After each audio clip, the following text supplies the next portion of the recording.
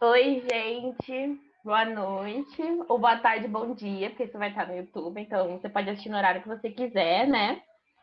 Eu sou a Sabrina Paula. Eu me formei ano passado, 2020, na ETEC Professora André Bogazian. Eu fazia ETIM de marketing, né? Ensino médio integrado ao técnico. Aí eu tô aqui com a minha tutora também, Olá!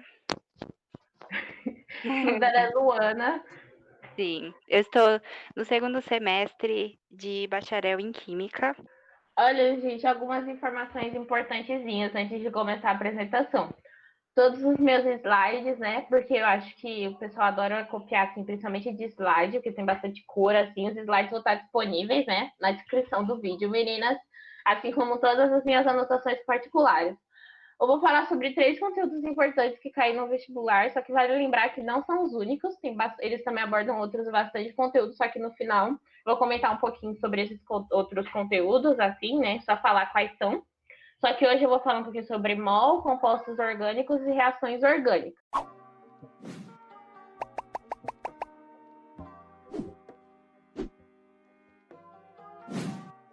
Então, mol é o terror da matéria, né? Número de mol. Terror da galera, quer dizer.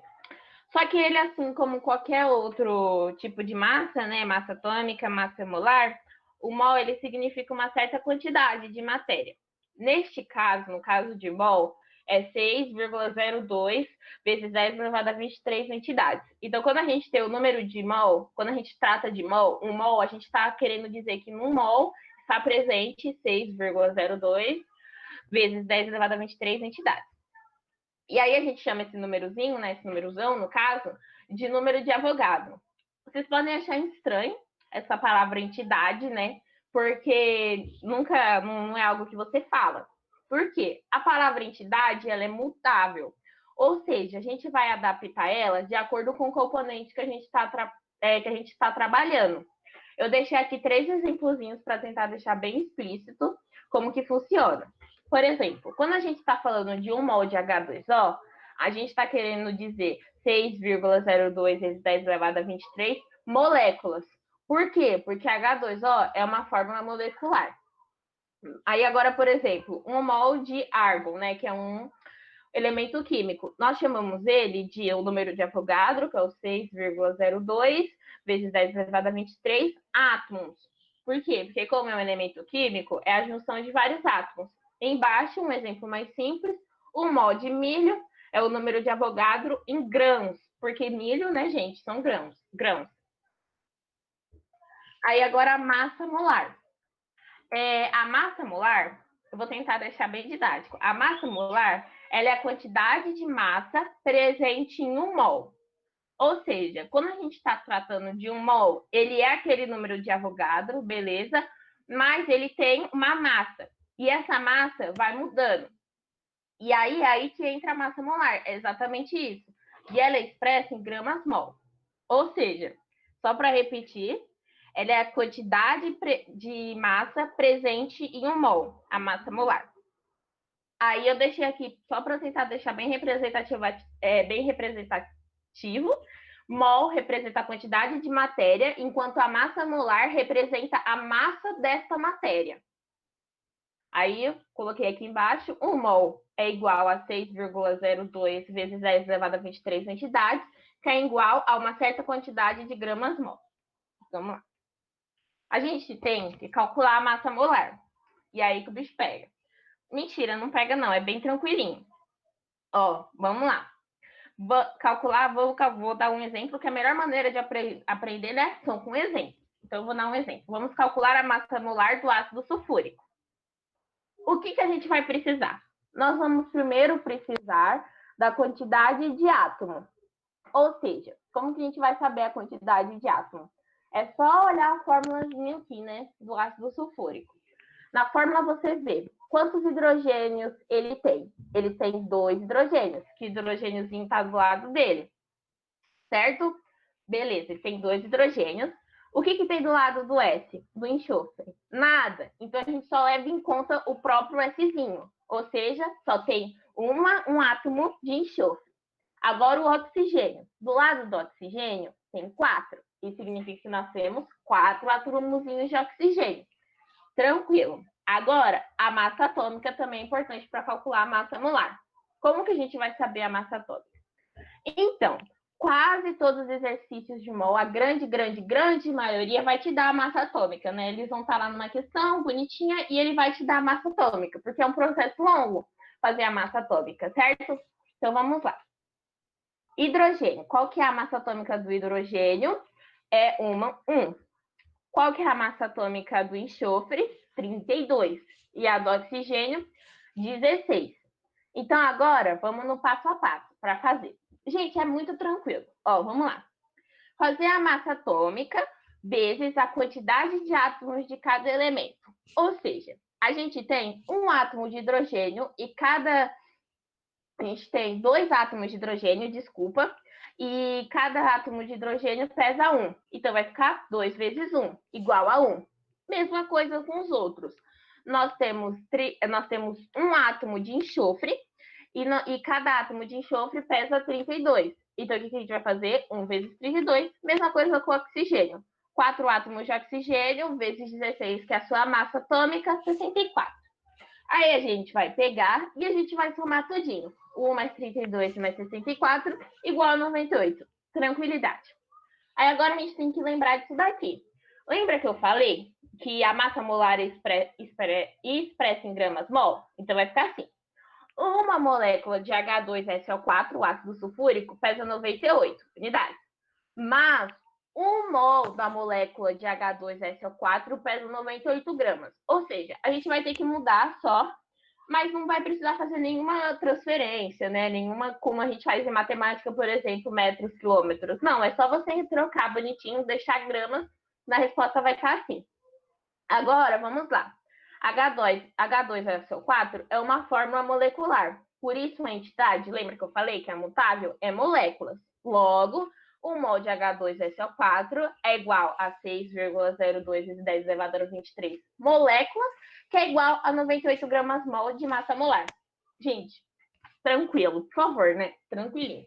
Agora, vamos outro exemplozinho, que esse daqui é um pouquinho mais difícil, que é do carbonato de alumínio. Vamos lá. Novamente, a gente tem que ver primeiro a quantidade de átomos. E esse daqui tem uma charada, né? Mas é uma charada assim, que é matemática básica, que rapidinho a gente pega, se já não pegou quando fazia exercício de matemática. Vamos lá, quantidade de átomos. O alumínio, o Al, já está bem explícito ali. Do ladinho do Al, nós temos um 2. Do lado do carbono, a gente não tem nada. E do lado do oxigênio, a gente tem 3. Mas, se vocês verem, o carbono e o oxigênio estão dentro de parênteses. E a gente tem do lado desses parênteses um 3. Então, o que a gente vai fazer? Que nem quando a gente tem parênteses em matemática. A gente pega o númerozinho que está fora e multiplica pelos númerozinhos que estão dentro. E eu estou representando isso no primeiro passo. Então, dá uma olhadinha. 3 vezes um átomo de carbono, que não tem nada do lado do carbono, é igual a 3. 1 vezes 3, 3. E agora, do lado do oxigênio, nós temos 3 átomos de oxigênio de dentro do parênteses e nós temos o númerozinho 3 do lado de fora. 3 vezes 3, 9. Tranquilidade. Então, como é que vai ficar? Alumínio nós vamos ter 2, carbono nós vamos ter 3 e oxigênio nós vamos ter 9. A massa atômica foi o que eu falei para vocês. Normalmente o exercício vai dar. Alumínio é 27, carbono é 12, oxigênio é 16. Beleza. Agora a gente faz, como a gente fez no outro, massa atômica vezes quantidade de átomos. A partir daqui é exatamente a mesma coisa. 27 vezes 2 é igual a 54, 12 vezes 3 é igual a 36, 16 vezes 9 é igual a 144. Tranquilinho. A gente soma isso, que vai dar 234, e depois é só colocar, em vez de deixar em unidade, a gente deixa em gramas. Tranquilinho. Aí eu fiz o esquemazinho que nem anterior. 1 mol de L2, CO3, 3, vai ficar 6 vezes 0,2 vezes 10 elevado a 23 moléculas, porque é a fórmula molecular, que vai ficar igual a 234 gramas mol. Gente, mol é basicamente isso daqui, assim, ó. Tranquilidade, felicidade, vamos ser felizes. Agora eu vou falar um pouquinho sobre o compostos orgânicos. Particularmente é algo que eu gosto, assim, muitíssimo, né? O que são os compostos orgânicos, pessoal? são as moléculas formadas por átomos de carbono que fazem ligações covalentes com outros elementos, como, por exemplo, hidrogênio, nitrogênio, oxigênio. O que são ligações covalentes? Só para a gente lembrar, que é uma matériazinha que a gente devia ter tido antes, né? Ligação covalente é caracterizada pelo compartilhamento de um ou mais pares de elétrons. Então, compostos orgânicos é basicamente quando átomos de carbono fazem ligações de elétrons com outros elementos, como hidrogênio, oxigênio e tudo mais. Os compostos orgânicos são separados em diferentes grupos. Nós temos os hidrocarbonetos, que são os mais importantes, certo? E eles estão divididos em dois. Nós temos os alfáticos, que tem 4 subgrupos, na verdade são 6, mas tem 4 principais, e nós temos os aromáticos. Aí agora eu vou explicar um pouquinho sobre os outros 3, mas esses outros 3 eu não vou explicar hoje, porque senão ia pegar muita parte do tempo. E eles não caem muito, viu? Então é de boa. A gente tem os aletos orgânicos, que assim como o primeiro, os hidrocarbonetos, mas eles têm relação com halogênios. O que são os halogênios? São os compostos que estão presentes lá na família 17, que são eles: o flúor, cloro, o bromo, o iodo e o astato. Então, beleza, os aletos orgânicos são a mesma coisa que os hidrocarbonetos, mas com esses compostos da família 17.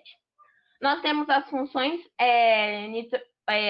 oxigenadas, e elas são divididas em 7, que é o álcool, fenol, aldeído, cetona, ácido carboxílico, éster e éter. Beleza. E nós também temos as funções nitrogenadas, que são as aminas, amidas e nitrocompostos. Agora, vamos falar sobre os hidrocarbonetos alfáticos. Antes de falar qualquer coisa sobre os hidrocarbonetos alfáticos, é muito importante a gente conhecer essa tabela. O que é essa tabela? Gente, tabelinha aqui é fichinha. Essa tabela é responsável, ela é essencial para a gente conseguir dar as nomenclaturas dos hidrocarbonetos. Ou seja, quando a gente vê uma fórmula estrutural de um hidrocarboneto, para a gente conseguir dar um nome para ela, por exemplo, a gente vai precisar saber sobre essa tabelinha. Como vocês vão ver daqui a pouquinho, que eu vou tentar mostrar, cada parte dessa tabelinha tem uma lógica que dá para usar, principalmente a parte do prefixo, que é o comecinho de cada nomezinho dessas nomenclaturas, certo? Aí eu queria deixar bem frisadozinho que quando a gente está falando de hidrocarboneto, a gente só trabalha com carbono e hidrogênio. Então vamos lá aos grupinhos dos hidrocarbonetos, beleza? Nós temos primeiro os alcanos, que são os hidrocarbonetos que não possuem saturação. E logo em seguida, nós temos os alcenos, que são os hidrocarbonetos que possuem saturação. O que é saturação? O que é insaturação?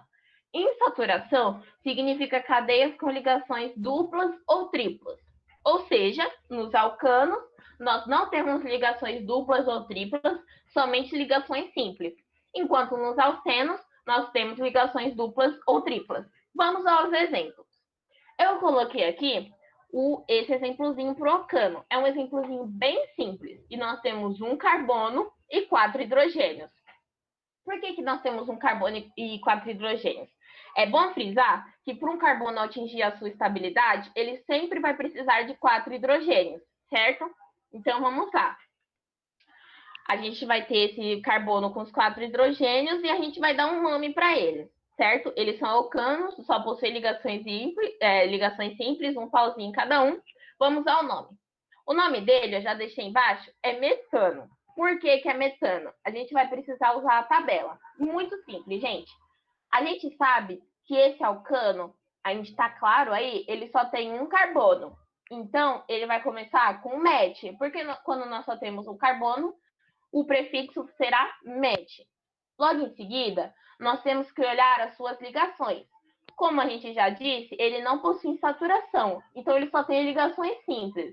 Então, seu infixo será an, certo? E seu sufixo, que é o que vai deixar a palavrinha fechadinho e bonitinho, sempre será o, para todos os hidrocarbonetos. Então, vamos lá. Met, do prefixo, an, do infixo, e o, do sufixo, metano. Tranquilidade. Eu deixei a fórmula molecular aqui embaixo só para dar uma olhadinha, mas é para esclarecer mesmo. Um carbono, 4 hidrogênios, desculpa, CH4. Agora, um exemplo de alceno. Deixa eu apagar meus abissos aqui. Agora, um exemplo de alceno.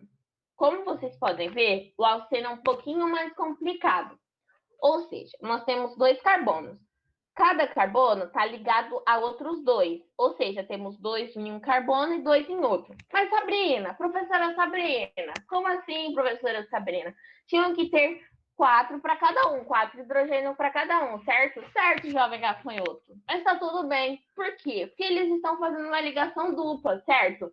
Então, como eles estão fazendo essa ligação dupla, esses 2 hidrogênios que estão faltando vão ser compartilhados entre os 2. Então, vai ficar os 2 de cada ladinho, mas os 2 hidrogênios que vão ficar juntinhos, ligados para sempre. Vamos ao nome. A gente tem 2 carbonos, então a palavrinha vai começar com et, de 2 carboninhos. Aí, a gente vai ter uma ligação dupla. Quando a gente tem ligação dupla, é em. E o sufixo que deixa a palavra bonitinha é o. Então, vai ficar eteno. Tranquilidade. Fórmula molecular C2H4, 4 hidrogêniozinhos, 2 carboninhos. Felicidade, gente. Tranquilidade. Continuando. Agora, nós temos os alcadienos e os alcinos. Vou tomar uma água aqui, pessoal. Eu falo muito alto. Desculpa, vizinhos. Espera aí, corta fora isso. Ok, vamos lá. Agora a gente tem os alcadienos. Os alcadienos, eles são acíclicos e eles contêm 2 ligações duplas em sua cadeia carbônica, enquanto os alcinos também são acíclicos, contendo uma única ligação tripla. Vou deixar marcadinho aqui 2 ligações duplas, uma única ligação tripla. Alcadieno só possui 2 ligações duplas, enquanto os alcinos possuem uma única ligação tripla. Eu disse que eles são acíclicos, certo? O que são acíclicos? Significa que eles possuem cadeias abertas, eles são esticadinhos, bonitinhos. Vamos aos exemplos. Jovens gafanhotos. O alcadieno, como eu disse, ele possui 2 ligações duplas, certo? Então, ele vai ser esse exemplozinho aqui, grandinhozinho, que tem 2 ligações duplas. Estão bem claras aqui. E como vocês devem saber, como eu já disse, eu vou dar o nome aqui para a gente conseguir dar o nome direitinho. Então, vamos lá. Como vocês podem ver, o nome é 1,4 pentadieno. Aí vocês devem pensar, mas professora Sabrina, você não falou nada de númerozinho, de vírgulazinho, o que é isso? Esse númerozinho, meus queridos, ele representa aonde que vai estar essas ligações duplas, onde estão essas ligações duplas. Como vocês podem ver, as ligações duplas estão aqui no primeiro, né, nesse primeirozinho CH2 aqui, e eles estão nesse quarto aqui, nesse CH. Então, a gente deixa marcado 1 e 4. E aí, é só para representar onde se encontram essas ligações duplas. É bem tranquilozinho. Aí, vamos ao nome, pentadieno. Se a gente contar aqui, a gente vai ver que tem 5 carboninhos, certo? Aí, a gente vai na tabelazinha. Quando são 5 carboninhos, eles começam com pente. Beleza, pente. Aí, vamos lá, eles têm 2 ligações duplas. Quando são 2 ligações duplas, a gente tem esse dien. Então, a gente vai vir aqui e colocar dien, tranquilo. E o sufixo sempre vai ser o tranquilidade. Aí, algo que eu acho importante esclarecer aqui, por que tem aquele A entre o pente e entre o dien, professora Sabrina? Porque assim, gente, T não pode ficar do lado de D, não é palavra. Então, a gente coloca um A para ficar bonito. Então, é pentadieno por causa que vai ficar bonito assim, que quando T com D não é palavra. Continuando. Exemplo de alcino. Os alcinos são acíclicos e contêm uma única ligação tripla. Exemplo de alcino, super tranquilozinho, HCCH, e aí a ligação tripla tá ali no meio, né, gente? Porque como vocês lembram, para conseguir o carbono conseguir essa estabilidade, ele precisa de 4 hidrogêniozinhos. Então, cada um tem um do seu lado e estão fazendo a ligação tripla por causa dos outros 3 que estão faltando. Qual será a fórmula? Vamos lá. O seu nomezinho, no caso. Eles têm 2 carbonozinhos, então é et. Aí eles têm uma única ligação tripla, então é in. E o seu sufixozinho para deixar a palavra bonitinho no final, o. Etino. Gente, mais fácil que isso, eu sinceramente não sei. Vamos lá. Aí eu vou falar sobre o segundo grupinho dos hidrocarbonetos, que são os aromáticos. Certo? Os aromáticos também são super tranquilidades, é que eles são um pouquinho específicos. Então vamos lá. Os hidrocarbonetos aromáticos, eles são uma classe especial, que é definida pelo composto C6H6. Então, eles sempre vão ser representados por 6 carbonos e 6 hidrogênios.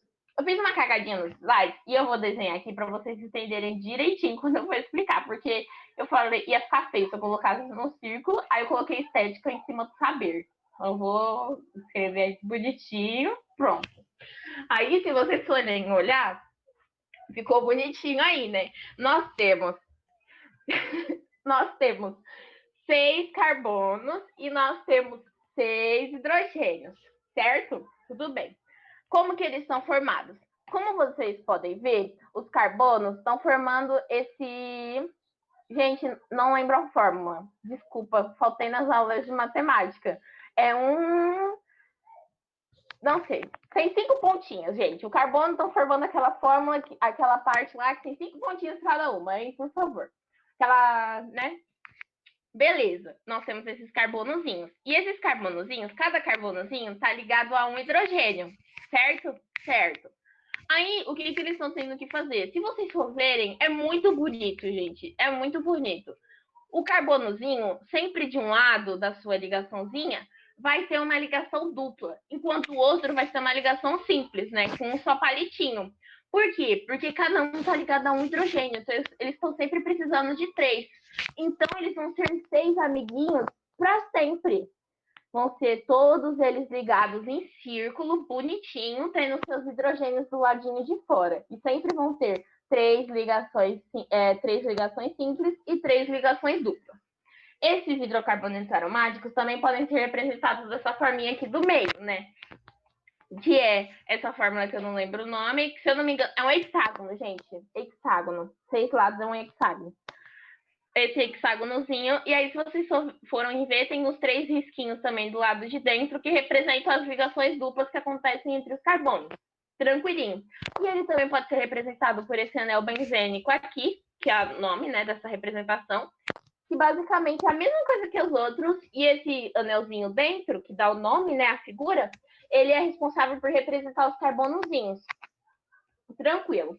Os compostos aromáticos podem ser divididos entre 2 grupos, os mononucleares e os polinucleares. A gente já deu o exemplo dos mononucleares, que é o próprio neobenzênico, ele está ali sozinho na dele. E aí nós temos os polinucleares. Nos polinucleares nós temos o primeiro grupo, que são os isolados. O que são os isolados? Os isolados só estão dando um beijinho, entendeu? Eles só estão com a pontinha juntinha ali, é só um beijinhozinho, eles são meio tímidos. Enquanto os condensados estão dando a bundinha um pro outro, entendeu? Aí os condensados ficam bundinha com bundinha. A gente tem alguns tipos de condensados, mas os mais importantes são 2. São quando 2 estão dando a bundinha um pro outro, que é um naftaleno, o nome, que é super importante. E a gente também tem o segundo exemplo, que são quando 3 dão a bundinha um pro outro. E aí a gente dá o nome, a gente dá o nome de antraceno. Eu tenho 5 anos, desculpa. Aí eu coloquei o passo a passo aqui, pessoal. Esse passo a passo é muito importante. Por quê? Porque até agora eu só ensinei vocês a como dar o nomezinho da determinada fórmula estrutural, certo? Agora eu vou ensinar para vocês o que a gente faz para formar a fórmula estrutural quando a gente só tem o nomezinho. Muito fácil, pessoal, muito fácil. Vamos lá. Começamos pelo finalzinho. Por quê? Porque o finalzinho é o que estabelece a nossa quantidade de carbono. Então, o finalzinho fala octano, que está mais do que na cara, que são 8. 8 carbonozinhos vão estar presentes na nossa base. Aí, a gente pode começar desde o começozinho, depois que a gente já estabelece a nossa base de carbono. Eu vou deixar todas as bases marcadas assim com marcar texto amarelo para a gente conseguir identificando e conversando aos pouquinhos, né? Aí, o segundo passo vai ser identificar o etil. Eu não sei se vocês lembram na tabela, mas o etil, ele representa 2 carbonos. E na frente do etil tem esse 3. Ou seja, vão ser esse etil no terceiro carbono da base. Então, a gente pega o terceiro carbono da base e adiciona mais 2 carbonozinhos do etil. Agora, vamos ao metil.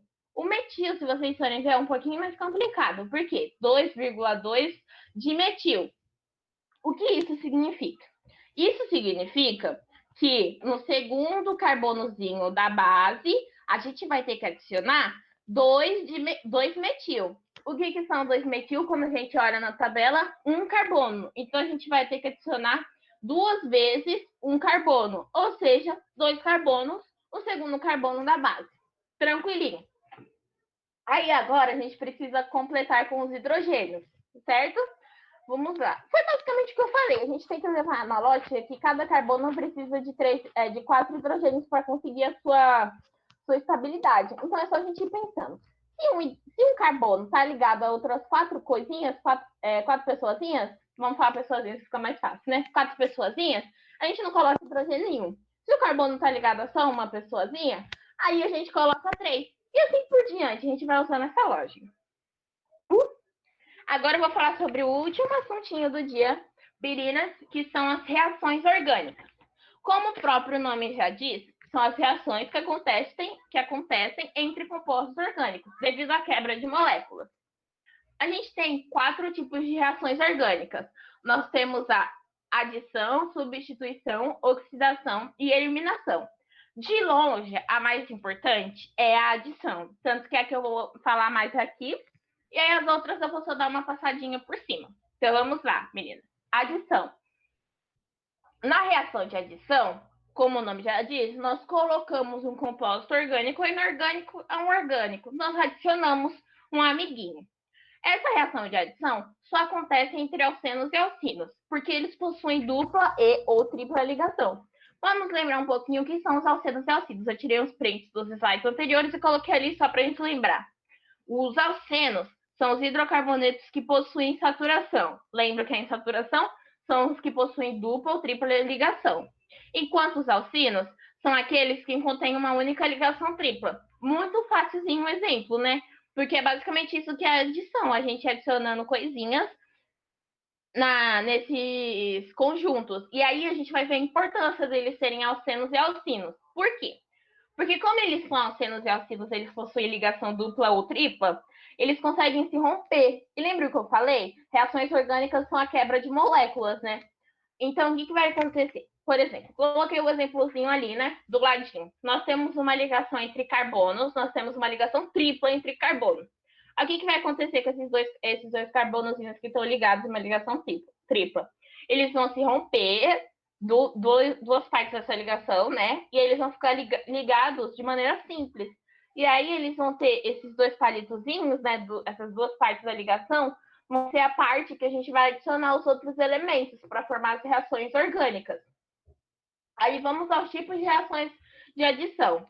Nós temos a de halogenação, que é quando acontece a adição de um halogênio. Eu coloquei até ali, mas eu já expliquei anteriormente, né? Os halogênios são os grupos 17 da tabela periódica, que são formados pelo flúor, cloro, bromo, iodo e astato. Então, é quando a gente vai pegar um composto orgânico e adicionar um halogênio. Tranquilo. Aí, vamos à hidrogenação catalítica, que é outra parte, né, da nossa reação de adição. A hidrogenação catalítica é a mesma coisa que a anterior, só que neste caso ela precisa de um catalisador. O que é um catalisador? O catalisador é uma substância responsável por acelerar os processos das reações químicas.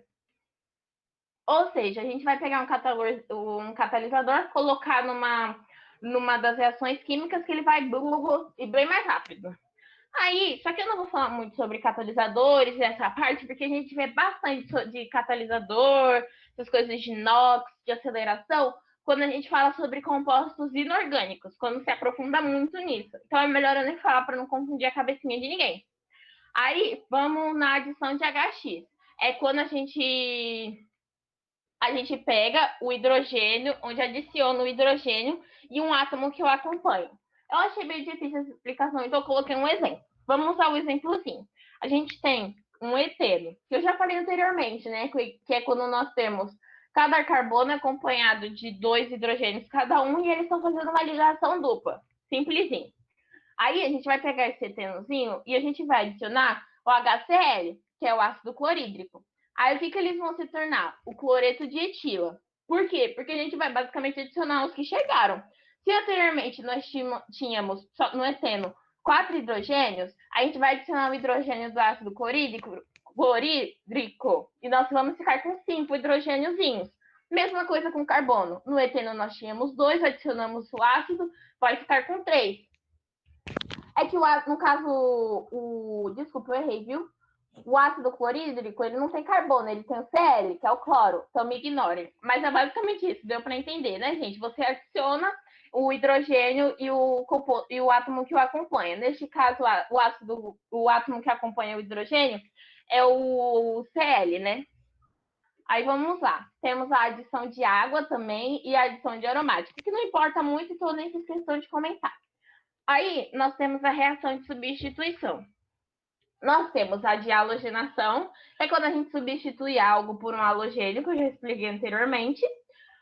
Aí nós temos a sulfonação, que é quando a gente pega essas moléculas de hidrocarbonetos alcanos, cíclicos e aromáticos e colocamos um enxofre. Beleza. E aí a gente tem a nitração. Eu fiz questão de comentar um pouco porque eu achei interessante, que é uma reação onde um ou mais átomos de hidrogênio são substituídos por um grupo de nitro ou ácido nítrico. Aí como que acontece? Como vocês podem ver no exemplo, nós temos um propanozinho, beleza? Aí a gente vai adicionar nesse propanozinho um ácido nítrico, que é toda essa parte da nitração, colocar algo do grupo nitro. Aí a gente vai pegar esse aqui, esse NO, né, nitrogênio oxigênio 2, e aí a gente vai substituir ali no meio, e a parte mais importante, a gente vai pegar esse hidrogênio e oxigênio, e a gente vai substituir por aquele oxigênio que estava ali em cima, certo? Aí o que vai acontecer? Quando a gente for para o outro lado, o propano, depois de ser colocado o ácido nítrico, ele vai virar 2-nitropropano. E o que vai acontecer? Se a gente comparar a formulazinha, a gente vai ver que o que estava em cima era só um hidrogênio. E agora virou um NO2, certo? Porque a gente somou eles se fundiram, eles viraram amiguinhos agora. E é isso, basicamente isso daí. Aí nós temos a reação de oxidação, que foi como eu disse anteriormente, vai ter que falar sobre NOx, que é o número de oxidação, né? E aí a gente não vai poder falar muito assim, porque é de fato uma parte assim que vale bastante na matéria de química inorgânica. Mas eu vou comentar um pouquinho. Reação de oxidação é a reação química em que átomos, íons ou moléculas perdem elétrons. Ela também provoca o aumento do número de oxidação, que é o NOx. Ele também, assim como os anteriores, necessita de um catalisador, que é aquele lá que acelera os processos, né, as reações, e esses catalisadores sempre serão representados pela letra O, que é o oxigênio, mas eles vão estar em colchetes. Aí a gente tem alguns tipos de catalisadores, que são esses homens aqui: permanganato de potássio, dicromato de potássio, tetraóxido de ósmio. Pela tranquilidade. É necessário o uso de catalisadores, pois são responsáveis por aumentar a velocidade dos processos de oxidação. Que é quando, por exemplo, o metal ele fica feio, sabe? Quando o metal fica meio que ferrugem. Então, agora vamos a uns tipos de oxidação. Das reações de oxidação. Comentei bem vagamente assim, mas achei isso daí legal comentar, porque é legal, né, a gente dar uns exemplos de um ou outro só para colocar na memória. Aí a gente tem essa oxidação energética dos alcenos. Ocorre quando há uma ruptura das ligações duplas e a entrada de oxigênio na molécula. E como que funciona isso? Parece difícil, mas é tranquilidade. Vou reler. Ocorre quando há uma ruptura de ligações duplas, ou seja, quando a gente tem ligações duplas e elas se rompem, desaparecem, e aí ocorre a entrada de oxigênio. Gente, vamos aos exemplos. Muito fácil. A gente tem aqui esse 2-penteno. Aí vocês vão ver, a gente tem o 2-penteno que está sendo somado com esses 4O aqui, né, dentro do colchete. E aí, que é um catalisador. Aí o 4O representa 4 oxigênios. Se a gente for ver, aqui no meio do penteno, a gente tem essa ligação dupla entre 2 carbonos. E o que vai acontecer quando a gente somar, amiguinhos? Vai ficar assim, a ligação dupla que tinha anteriormente entre esses 2 carbonos vai embora, e aí a ligação dupla vai ser posta novamente nos oxigênios. Entrou 4 oxigênios, certo? Então nós teremos 2 ligações duplas, que são 4, né? Vou representar 4. Muito facilzinho. E aí a gente tem a reação de eliminação, que como já diz o nome, você vai pegar algum elemento e vai tirar o elemento de um determinado composto orgânico. A gente tem alguns tipos. A gente tem a desidrogenação, que é quando tira um hidrogênio. E aí a gente tem a dehalogenação, que é quando tira um halogênio. A gente tem a eliminação dos halogenidretos. E a gente tem a eliminação da água. O halogenidreto, só para eu deixar claro aqui, deixa eu ver aqui. Um halogenidreto é a eliminação do halogênio acompanhado do hidrogênio. Só para eu deixar bem clarozinho, né? Aí vamos a alguns fundamentos que eu acho meio importantezinho. A gente tem o ácido de Lewis. O que é o ácido? É toda espécie química capaz de receber um par de elétrons. Então, os ácidos estão sempre abertos para novas aventuras, para ficarem negativinhos. Enquanto a base de Lewis significa que as bases, né, são todas as espécies capazes de doar um par de elétrons. Então, são todas as espécies que são capazes de se livrar do macho escroto, entendeu? Que é o elétron que deixa eles negativos, tristes. Agora, a gente tem as cisões, que são as quebras das ligações. As cisões têm dois grupozinhos super práticozinhos. Nós temos as cisões homolíticas, que é quando ocorre a repartição, né?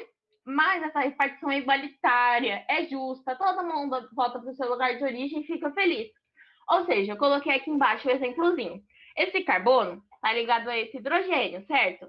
Aí eles estão compartilhando esses dois elétrons, certo? Eles estavam juntinhos. Eles vão se quebrar, e aí o carbono vai ficar com um dos elétrons e o hidrogênio vai ficar com um dos elétrons. Eles vão ficar estáveis. E a gente dá o nome de radical livre para essa situação. Mas aí nós temos a cisão heterolítica, que é quando os elementos perdem ou ganham elétrons quando ocorre a repartição. Quando um rouba, o outro ganha. Ou o outro ganha, né? Por exemplo, vamos lá. Esse carbono com o bromo. Quando ocorre essa repartição, se vocês forem ver, o bromo roubou os dois elétrons. Aí o que aconteceu? O carbono, que perdeu o elétron, ficou positivo, ficou feliz, enquanto o bromo, que roubou o elétron, ficou triste, porque agora ele está negativo. Aí qual que vai ser o nome disso? Carbocátion. Por quê? Porque o cátion representa positividade e o carbono ficou positivo. Ele ficou carbocátion. Aí a gente tem o segundo exemplozinho, que é basicamente quando o carbono, ele roubou os dois do bromo. Aí o que vai acontecer? O carbono vai ficar chateado e o bromo vai ficar positivo porque ele perdeu seus elétrons. Aí o nome disso se dá por carbônio. Ó, aí vamos falar sériozinho aqui. Então, gente, esses daqui são os outros conteúdos importantes do Enem, principalmente do Enem, assim, mas também de outros vestibulares que vocês forem fazer, certo? Que é importante revisar de química. Tem mais, só que esses daqui, de fato, são as bases mais importantes. Nós temos as ligações químicas, lembra, metálicas e tal. Nós temos o NOx, que foi o que eu falei, e os compostos orgânicos. NOx e compostos orgânicos, não importa, você vai ter que estudar um para conseguir estudar o outro, eles se completam. E por fim, a gente também tem a radioatividade, que é um pouco mais difícil, só que também é muito importante, principalmente porque tem muita ligação, né, com a cultura pop, com a atualidade, não com a atualidade em cima, né, mas com os assuntos que estão por cima. E é isso, gente. Fim. Eu só queria colocar uma coisinha. Você falou bastante sobre compostos orgânicos, e eu acho que é importante dar a definição. Compostos orgânicos são compostos que têm carbono e hidrogênio em sua estrutura. O carbono ligado ao hidrogênio, tá? E também é importante tirar da cabeça que compostos orgânicos são sempre bons, tá? E eu digo assim, porque a gente tem essa ideia, né, de que, sei lá, se você vai comprar um alimento orgânico, ele vai ser melhor. Mas uma maçã, com ou sem agrotóxico, ainda é orgânica. Então, quimicamente, isso não faz sentido. Até porque você tem compostos, por exemplo, o trinitrotolueno, que é o TNT, literalmente o explosivo, que não faz muito bem para a saúde, né? Então, era só isso que eu queria colocar. Luana Muito linda. obrigada. Muito obrigada, pessoal.